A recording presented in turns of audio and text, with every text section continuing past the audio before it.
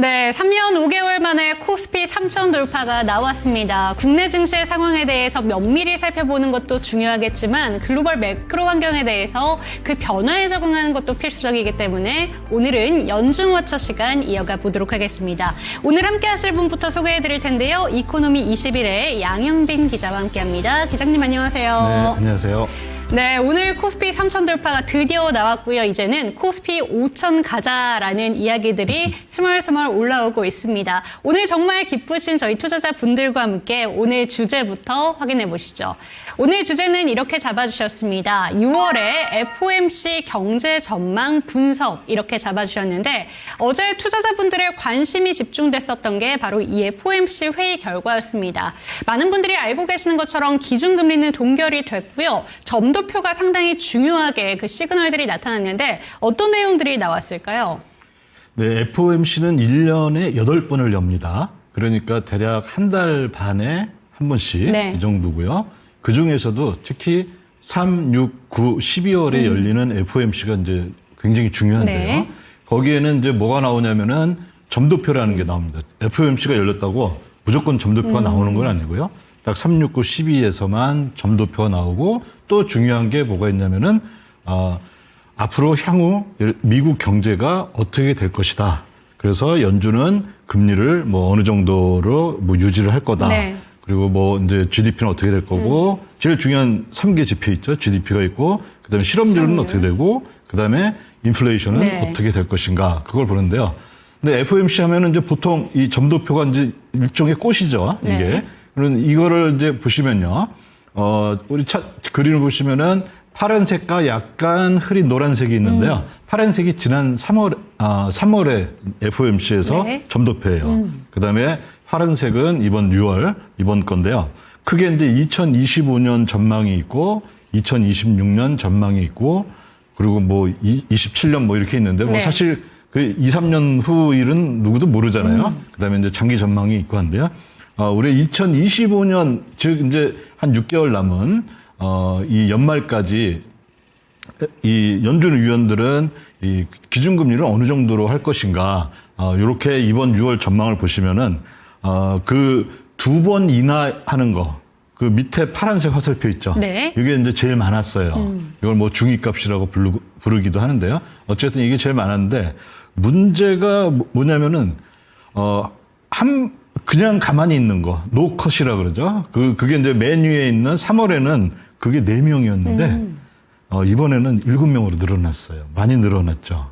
그리고 한 번 인하하겠다 한 게 4명이었다가 2명으로 줄고, 이런 식으로 해서 전체적으로 보면은 금리에, 우리는 지금 이제, 그 중간값을 보는데요. 평균값을 보면은 네. 다 올라와 있어요. 요게 이제 뭐 약간 뭐 이제 FOMC 위원들의 어떤 이분들이 지금 앞으로 향후 미국 경제를 봤을 때 GDP는 어떻게 되고 그다음에 실업률은 어떻게 되고 그다음에 인플레이션은 어떻게 되는데 이거를 종합했을 때 이 심리가 여기 이제 드러나 있는 거죠. 네, 좋습니다. 점도표에 대해서 자세히 한번 확인을 해봤는데 FOMC 위원들이 이제 기준금리에 대해서 동결에 대한 이야기들이 조금 많이 나오고 있다는 점을 확인해 볼 수가 있었습니다. 이번 FOMC에서 연준이 생각하는 향후 경제 전망에 대한 이야기도 꾸준히 제기가 됐었거든요. 조금 전에 알려주신 것처럼 뭐 GDP라던가 실업률이라던가 이런 부분에 대해서 인플레이션 전망 같은 것도 확인이 필요할 것 같은데요. 이런 전망치들은 어떻게 나왔을까요? 네, FOMC 이제 거기 들어가서 연준 홈페이지에 가서 이제 자료를 보면은 구체적으로 명단은 안 나와 있지만 네. 몇 명이 GDP가 얼마가 될 거다 이렇게 예상하는 게 나와 있습니다. 그러면은 파란색이 지난 3월이고요. 그다음에 주황색이 이번 6월인데요. 네. 파란색에서 GDP가 대략 1.6에서 1.7로 예상한 사람들이 굉장히 제일 많았었죠. 그쵸. 그런데 지금 그게 조금 떨어졌습니다. 네. 대략 1.4에서 1.5로 예상한 사람이 제일 많아졌어요. GDP는 하락할 것이다 이렇게 예상을 하고 있는 거죠. FOMC 위원들이요. 그런데 그 하락폭은 그렇게 크진 않습니다. GDP 자체의 하락폭은. 그다음에 다음 차트에서 실업률, 또 이제 실업률이 굉장히 연준의 2개 책무 중에서 또 이게 중요한데요. 실업률도 보면은 조금 이번에는 실업률은 조금 오르는 걸로 네. 나왔죠. 그러니까 3월보다 파란색보다 주황색, 6월이 올라가는 거, 그리고 이게 위원들도 상당수가 실업률은 조금 오를 것이다. 근데 0.1% 정도 오르는 걸로 지금 이제 예상을 하고 있습니다. 근데 이제 중요한 게 이제 또 하나 중요한 게 이 물가잖아요. 우리가 이제 연준 위원들이 중요하게 보는 그쵸. 물가, 그게 이제 근원 PC라는 그 물가인데요. 그거 이제 다음 차트를 우리가 한번 또 보시면은 3월에 가장 많이 근원 PC를 어느 정도로 예상을 했냐면요. 2.8% 정도로 이게 10명이 이렇게 예상을 했습니다. 그런데 이번에는 얼마로 예측을 했냐면은 한 3.1%로 유독 많이 늘었네요. 0.3% 제일 많이 올랐죠. 네. 아까는 다 0.1% 정도였는데요. 그럼 이거는 뭐냐면은 연준은 지금 실업을 걱정하는 게 아니고 GDP가 올라가면 그 고용이 늘어나니까요. GDP가 뭐 떨어지는 어떤 경기 침체를 걱정하는 건 네. 아니고 연준이 지금 제일 걱정하는 거는 역시 물가다. 물가를 잡기 위해서 연준이 할 수 있는 수단은 금리 인상이잖아요. 네. 근데 지금은 금리가 높은 상태니까 금리 인하를 하는데 좀 적게 하겠다 그 얘기가 아까 제일 처음에 점도표에 이 연준 위원들의 심리가 거기에 투영이 된 게 아닌가 이렇게 보고 있습니다. 네, 좋습니다. 이번 FOMC에서 확인할 수 있었던 부분에서 경제 전망이라던가 실업률, 그리고 연준이 가장 중요하게 생각하는 근원 물가에 대해서도 확인을 해볼 수가 있었는데 모든 시그널에서 둔화가 되고 있다는 점이 확인이 됐습니다. 그런데 연준이 가장 중요하게 생각하는 특히나 파월 의장이 지속적으로 물가에 대해서 이야기를 하고 있는데 이 물가가 향후에 더 오를 것이다라는 점에 대해서 대폭 성장이 나왔기 때문에 이런 부분이 약간은 부담스럽게 느껴지고 있습니다. 그렇다면 이제는 시장이 어떻게 바라보고 있는가, 그 향후 전망에 대해서 한번 여쭤봐야 될 것 같은데요. 시장은 그렇다면 지금 금리 상황에 대해서 어떻게 바라보고 있을까요? 네, 이 차트는 어떤 거냐면 CME, 그러니까 시카고 선물 거래소에서 다양한 그 선물 상품들이 있는데요. 그 중에 이제 뭐가 있냐면은 연준의 그 기준금리가 뭐 12월에는 어떻게 될 거냐, 뭐 9월에는 어떻게 될 거냐, 그거를 맞추기 게임을 하는 선물이 있습니다. 그럼 그걸 이제 사람들이 그게 중요하잖아요. 그쵸. 그래서 이제 그걸 갖고 이제 선물을 만들었는데요. 그 가격을 보면은 지금 가격대에서 많은 사람들이 생각하는 그럼 12월 FOMC가 열릴 때 금리가 얼마가 될 거다라는 게 여기 반영이 돼 있습니다. 네. 그러면 이제 그 CME에서 이제 하는 게 뭐냐면은 금리가 얼마가 될 것인가는 몇 퍼센트 그 가격을 가지고서 이제 거꾸로 이렇게 유출을 하는 거거든요. 그걸 보시면은 노란색은 뭐냐면 2번 인하하겠다는 네. 게 지금 가장 많죠. 40%로 전체 뭐 다른 뭐 한 번도 있고 뭐 한데 그 중에서 이제 제일 많은 것만 1, 2, 3회 인하하는 거 요것만 이렇게 갖고 왔는데요. 2번 인하하는 거 이거 연준의 생각하고 일치하죠. 네. 연준이 2025년 올해 연말까지 2번 인하한다 이렇게 했는데요. 재미있는 것은 한 번 인하하는 거하고 지금 3번 인하하는 거하고 5월 이후에 보면은 지금 서로 엎치락 뒤치락 하고 있죠. 그 얘기는 뭐냐면은 2번은 인하할 거라고 생각하는 사람들이 제일 많긴 한데 그 중에서 그걸 또 세분화해서 보면은 한 번 인하하자. 이 사람들은 역시 그 뭘 중요시 보는 거냐면 물가에 대한 걱정이 많은 사람들이죠.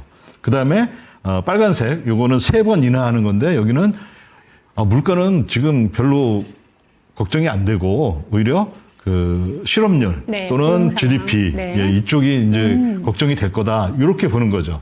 그렇게 이렇게 시장은 1회파하고 3회파가 지금 이제 뭐 물론 이제 2번 인하하는 게 제일 많지만 그거 말고는 1회하고 3회가 시장도 역시 마찬가지로 어떻게 보면 연준의 고민을 그대로 담아서 그런 모습을 보이고 있지 않나 이렇게 보여집니다. 네, 중간값으로 결국에는 수렴을 하고 있습니다. 1회, 3회보다는 그 2회, 그 부분이 가장 확률이 높다라고 보고 있는 것 같은데요. 다음 준비해 주신 자료는 베버리지 곡선 자료를 준비를 해주셨습니다. 베버리지 곡선이 무엇인지 그리고 이 곡선을 통해서 우리가 어떤 시장 전망을 살펴볼 수 있는 걸까요? 네, 베버리지 곡선은 이제 뭐냐면은 연준이 어떤 그 통화 정책을 결정하는 데 있어서 굉장히 이제 중요하게 참고하는 거고 FOMC 그 파월 의장이 나와서 이제 기자회견 할 때도 여러 번 이제 언급이 됐던 네. 건데요. 그건 뭐냐면 하나는 이 수직 세로축은 구인율로 나타내고요. 그러니까 기업이 내가 이번에 사람을 몇 명을 뽑겠다. 고용하겠다. 예, 그게 이제 구인율을 네. 나타내는 지표고요. 그 다음에 이 가로축은 실업률입니다. 그래서 U, V 뭐 이렇게 해서 나타냈고요. 그 다음에 저기 이제 파란색, 하늘색 직선이 있죠. 45도 직선이 있는데 그거는 U하고 V하고 같아지는데. 완전 고용. 아니요. 그 완전 고용은 아니고. 네. 그러니까 기업이 우리는 이번에 100명을 뽑겠어요. 이제 정확하진 않지만 이제 거의 비슷한데요. 100명을 뽑겠어요. 이렇게 하는데 실업자가 100명이 있는 상태입니다. 그러면은 이제 이게 이 서로 매치가 좀 잘 될 거 네, 아니에요. 네. 근데 기업이 우리는 1명 뽑겠어요. 그런데 실업자가 1000명이에요. 네. 그러니까 실업자라는 거는 그냥 일을 안 하고 노는 사람이 아니라 구인 활동을 하는 그쵸. 사람이거든요. 그러면 일자리는 하나밖에 없는데 1000명이 이거를 막 그 구인 활동을 네. 하면은 이건 실업률이 좀 대폭 높아지죠. 뭐안 좋겠죠. 네. 그래서 구인율하고 실업률의 관계를 보면은 전통적으로 반비례하는 관계가 있습니다. 왜냐하면 실업률이 높다는 것은 일자리 구하는 사람이 많다는 그쵸. 거고 그 얘기는 그만큼 기업은 그거에 맞는 만큼 이 사람을 고용하겠다라는 게 적다는 거죠. 네. 그래서 대체적으로 이렇게 이제 반비례 관계를 보여줍니다. 네. 그러면 이제 과연 역사적으로 그랬느냐? 우리가 그러니까 이 코로나 팬데믹 이전 상황을 보면요. 그게 언제였냐면은 지금 이 차트에서 이제 회색 점들인데요. 대체적으로 이렇게 반비례 관계가 보여지죠. 네. 실업률이 올라가면은 구인율이 떨어지고 네. 구인율이 올라가면은 실업률이 떨어지는 이런 상태에 있습니다. 그리고 이제 분홍색하고 파란색은 코로나 이후예요. 그러면 이게 이제 어떤 일이 있었냐면은 코로나가 발생하니까 저기 제가 점선으로 화살표 하나 그리는 거 있죠. 저 왼쪽에서 갑자기 점프를 했어요. 저까지. 그러니까 이 얘기는 뭐냐면은 실업이 갑자기 어마어마하게 늘어났다는 거죠. 네. 대략 한 뭐 4% 정도 실업률이 있다가 한 15%이 정도까지 늘어났던 거예요. 그러니까 코로나 때 뭐 다 우리가 기억하잖아요. 그쵸. 뭐 기업도 문 닫으니까 뭐 락다운하고 뭐 봉쇄하고 이런 네. 일이 벌어지니까 실업률이 급격하게 늘어났다가 다시 이제 점점 코로나로부터 회복하면서 저기 분홍색 점을 따라서 이렇게 온 겁니다. 그러다 이제 2022년 3월이 저기 이제 맨 왼쪽에 끝에 있는 그 지점인데요. 거기는 실업률이 보면 한 3.6% 네. 굉장히 낮은 미국에서 한 3.6% 이 정도면은 거의 그 뭐라 그래야 되나 완전 고용이라고 봐요. 그 정도까지 왔다가 그때 어마어마한 이제 논쟁이 있었습니다. 바로 저 시기에 여러 경제학자들 그리고 전문가들이 어떤 논쟁을 했냐면 자 이제 우리가 코로나 이 팬데믹으로부터 다 회복을 했고 그리고 이제 연준이 2022년 3월부터 네. 기준금리를 인상하기 시작했거든요. 자, 그럼 기준금리를 인상하면은 어떤 일이 벌어지냐? 그러면 기업이 아무래도 그 기업 활동을 줄이겠죠. 그 얘기는 뭐냐면 실업률이 늘어나겠죠. 그래서 이제 그때 지금 전 세계의 최고 경제학자라고 불려지는 분들이 있는데요. 한때 이제 클린턴 정부였나요? 오바마 정부였나? 거기서 재무부 장관 하셨던 레리 서머스라는 우리나라 또 그 한국은행 총재의 은사이기도 하신 그분하고 또 이제 올리버 블랑샤라는 어마어마한 이 경제학의 이제 슈퍼스타거든요. 거시경제학의 슈퍼스타들인데 그 두 분이 뭐라 그랬냐면은 그때 기준금리를 여기서부터 막 인상을 한다. 네. 그러면은 실업률이 저 회색 점들처럼 그때부터 이 반비례를 할 것이다. 이제 실업률이 확 늘어날 것이다. 이런 얘기를 하셨어요.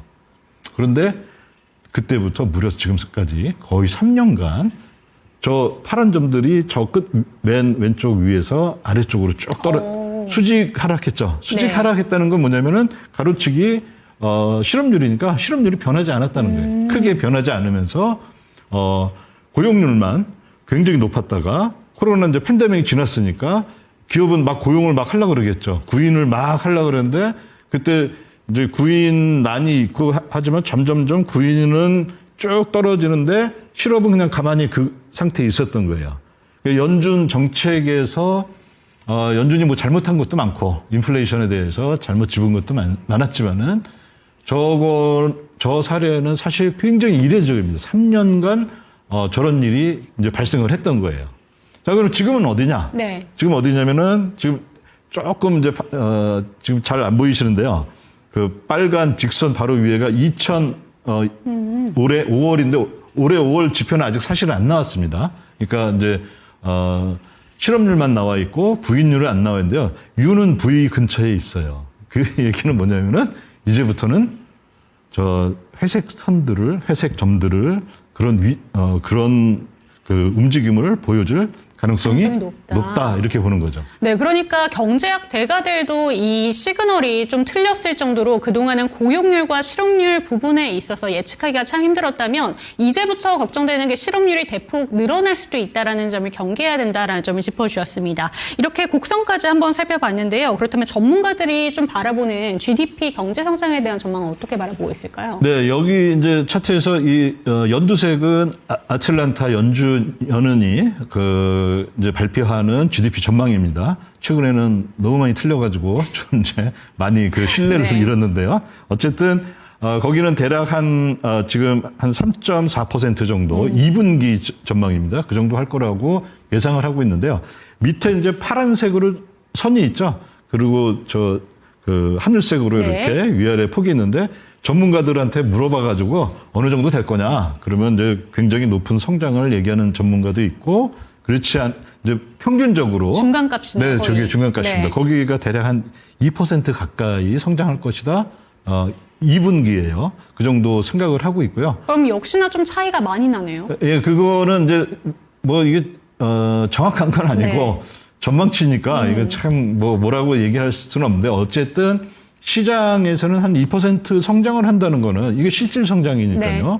그 인플레이션을 제거하고 본 거니까 뭐 상당히 저 정도면 훌륭한 성장입니다. 미국처럼 그 전 세계에서 가장 규모가 그렇죠. 큰 경제가 네. 우리나라는 어느 정도냐면은 지금 뭐 0% 마이너스 막 이 정도 얘기하고 있잖아요. 근데 미국처럼 이제 그 정도 어마어마한 GDP 규모를 가진 국가가 2% 성장을 또 바라보고 있다. 물론 지난 분기에는 0.1% 이 정도 마이너스로 네. 갔었지만은 어쨌든 이것만 하더라도 상당히 뭐 큰 그런 그 성장이 아닐까. 그래서 이제 결국에 보면은 연준 생각하고 시장 또 전문가의 생각이 상당히 많이 일치하는 것 같다. 근데 여전히 아까 시장에서는 1회파와 네. 3회파가 이렇게 의견이 이제 팽팽히 갈린다. 팽팽하다. 네. 이렇게 볼 수가 있는 것 같습니다. 네, 좋습니다. 여전히 미국의 경제는 탄탄하다라는 점을 그래프를 통해서 확인해 볼 수가 있었습니다. 그런데 이번 주에는 FOMC도 FOMC였지만 월요일에 상당히 중요한 이벤트가 한 가지가 있었습니다. 바로 지니어스 법안이 통과가 됐었죠. 이 법안의 통과로 인해서 미국채에 대한 수요가 좀 늘어날 것이다라는 전망이 제기가 되기도 했었는데 저희가 지난번에 만나 뵀을 때 기자님께서 국채에 대해서 자세하게 설명을 해주신 바 있잖아요. 이 스테이블 코인과 관련된 내용과 국채가 어떻게 정확히 연결이 되는지 어떤 식으로 바라보면 좋을까요? 네, 지금 이제 스테이블 코인의 대표 주자 그리고 가장 많은 그 자산을 보유한 데는 네. 역시 USDT라고 해서 그 테더죠.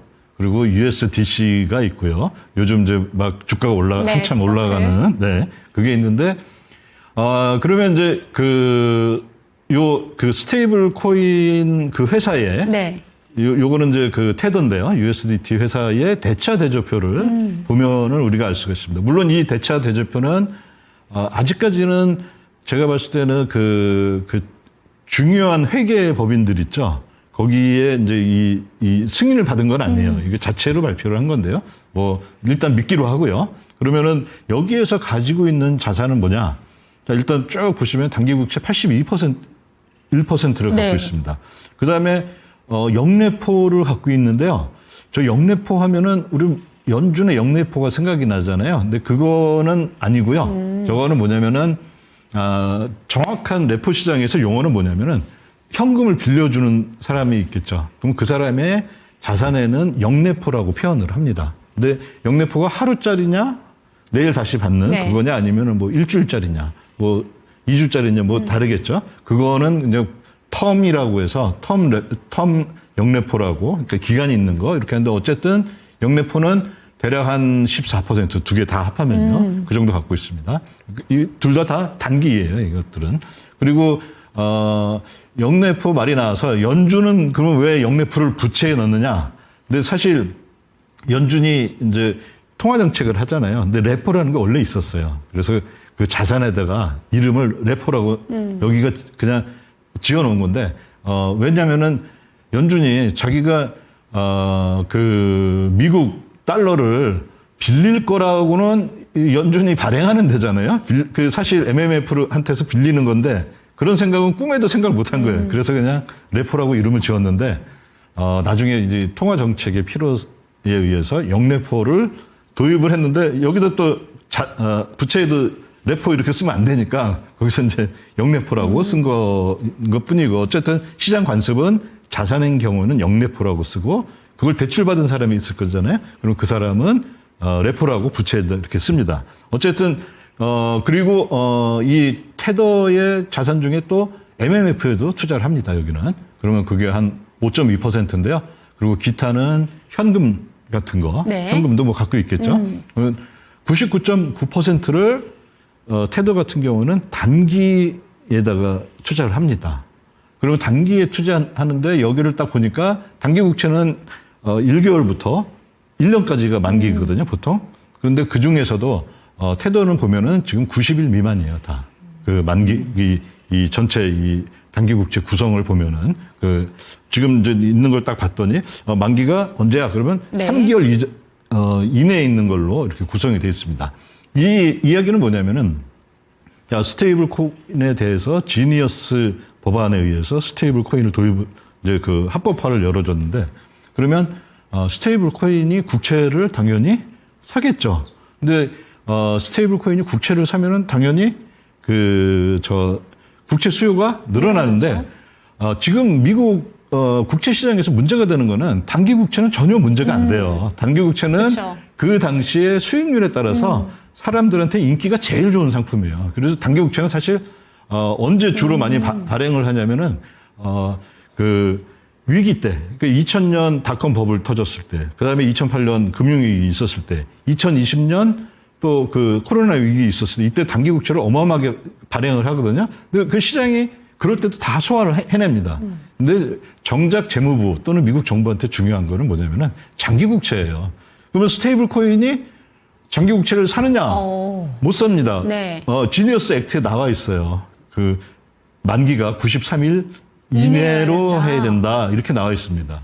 그러면 지금 얘기가 꾸준히 나오고 있는 게 스테이블 코인의 이게 합법화로 인해서 이 국채 시장의 유동성이 돌 것이다라는 내용은 단기 국채에 한정이 되어 있기 때문에 시장에서는 그렇게 큰 변화가 없을 것이다라고 보시는 거예요? 네, 그러니까 이제 문제가 되는 건 장기 국채인데, 이게 이제 둘 다 미국 국채잖아요. 네. 둘 다. 그런데 실제 시장이 그 스테이블 코인이 소화해낼 수 있는 거는 지니어스 액트에도 법안에도 그렇게 나와 있고 단기 국채밖에 안 된다. 그리고 단기 국채 중에서도 3개월 미만 요것만 하는 거지. 제가 봤을 때 네. 스테이블 코인이 미국 국채를 소화해낸다. 이거는 맞는 말입니다. 네. 그런데 거기다 이제 우리가 가로치고 얘기를 해줘야겠죠. 단기 국채 그리고 단기 국채만 이렇게 돼 있습니다. 현재 법안은요. 네, 그렇다면 이 스테이블 코인의 유동성에 대해서는 단기 국채에 대해서 한정되어 있다라는 점을 여러분들께서 반드시 기억을 해보시면 좋을 것 같습니다. 그렇다면 이러한 부분에 대해서 재무부는 또 어떤 대응을 해야 되는가도 궁금해지는데요. 어떻게 바라보실까요? 네, 일단 이제 재무부의 전체 이 국채 발행한 거 구조를 보면요. 현재 단기 국채는 이제 이 4월 말 기준으로 21% 정도를 갖고 있습니다. 네. 근데 요거에 대해서 그 재무부에다가 국채를 어떤 거를 발행해 주세요 이렇게 얘기해 주는 시장 전문가 그룹이 있어요. 거기에는 연기금, 그다음에 뭐 헤지 펀드, 그다음에 뭐 일반 또 투자자, 네. 투자 회사 이런 분들이 이제 참여해서 시장 전문가들이 참여해서 이제 얘기를 하는데요. 여기 이제 권고 사항은 어느 정도냐면은 단기 국채가 전체의 그 15에서 20%를 차지하는 게 좋겠다 이렇게 얘기를 합니다. 물론 이거는 권고 사항이고요. 네. 그다음에 이제 지금 역사적인 평균은 22.4% 이렇게 나와 있는데요. 그리고 지금은 이제 21%인데, 그러면 왜 재무부는 단기 국채만 하든지 아니면 뭐 장기만 하든지 이렇게 하지 않고 이렇게 뭐 어떤 비율이 비율을 나뉘어져 있는 가느냐? 요거는 네. 굉장히 간단한 게요. 우리가 예를 들어 집을 샀는데 대출을 받아서 샀어요.